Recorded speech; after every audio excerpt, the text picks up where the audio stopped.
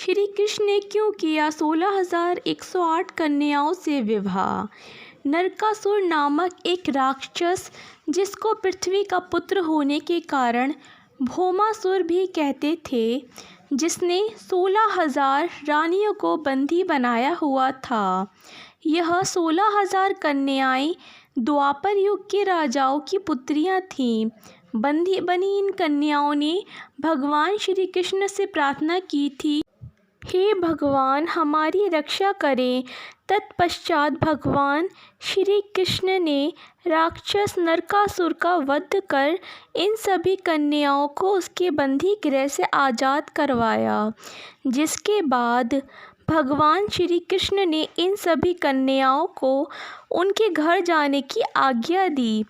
तो इन सभी कन्याओं ने घर जाने से मना कर दिया था, क्योंकि उन सभी कन्याओं का कहना था कि वह भगवान श्री कृष्ण से विवाह करना चाहती हैं, क्योंकि अब इन्हें इस समाज द्वारा ना तो स्वीकार किया जाएगा और ना ही उनसे कोई अब विवाह करेगा। समाज की नज़रों में वह अपवित्र हो गई हैं और अब उनका जीवित रहने का कोई उद्देश्य नहीं रह गया है। वह अब अपने प्राण त्याग देंगी, इसी में उन्हीं की भलाई है। तत्पश्चात भगवान श्री कृष्ण ने उन सभी कन्याओं की जीवन देने व उन्हें समाज में सम्मान पूर्वक रहने के लिए सभी कन्याओं से विधि पूर्वक विवाह कर लिया और उसी क्षण 16,000 महलों का निर्माण कर अपने आप को 16,000 रूपों में प्रकट किया था और सभी रानियों के साथ प्रेम और सम्मान पूर्वक महल में रहने लगे।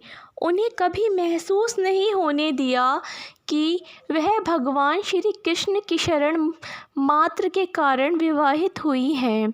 यह थी भगवान श्री कृष्ण की दयालुता, इसलिए उन्हें भक्त वत्सल भी कहा जाता है।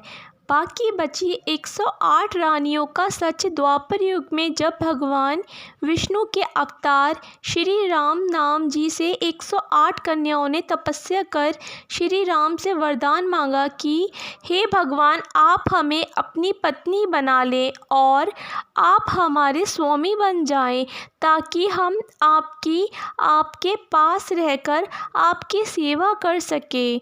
तत्पश्चात भगवान श्री राम ने इन सभी 108 कन्याओं से विवाह मना करते हुए यह कहा कि देवियों इस जन्म में तो यह नामुमकिन है, क्योंकि मैं इस जन्म में सिर्फ सिया का हो चुका हूँ, परंतु अगले जन्म में मैं ज़रूर तुम सभी से विवाह कर सकता हूँ का वरदान दिया था।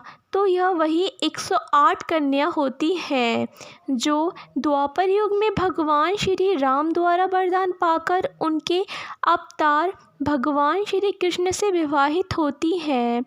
आज के युग में हमारे समाज में भगवान श्री कृष्ण की 16,108 रानियों के बारे में अभद्र तथ्य और विचार प्रकट किए गए हैं। इन सभी का कारण यह हो सकता है कि यह या तो वह स्वयं के स्वरूप का वर्णन करते हैं या फिर असीम अज्ञानता से घिरे हुए हैं।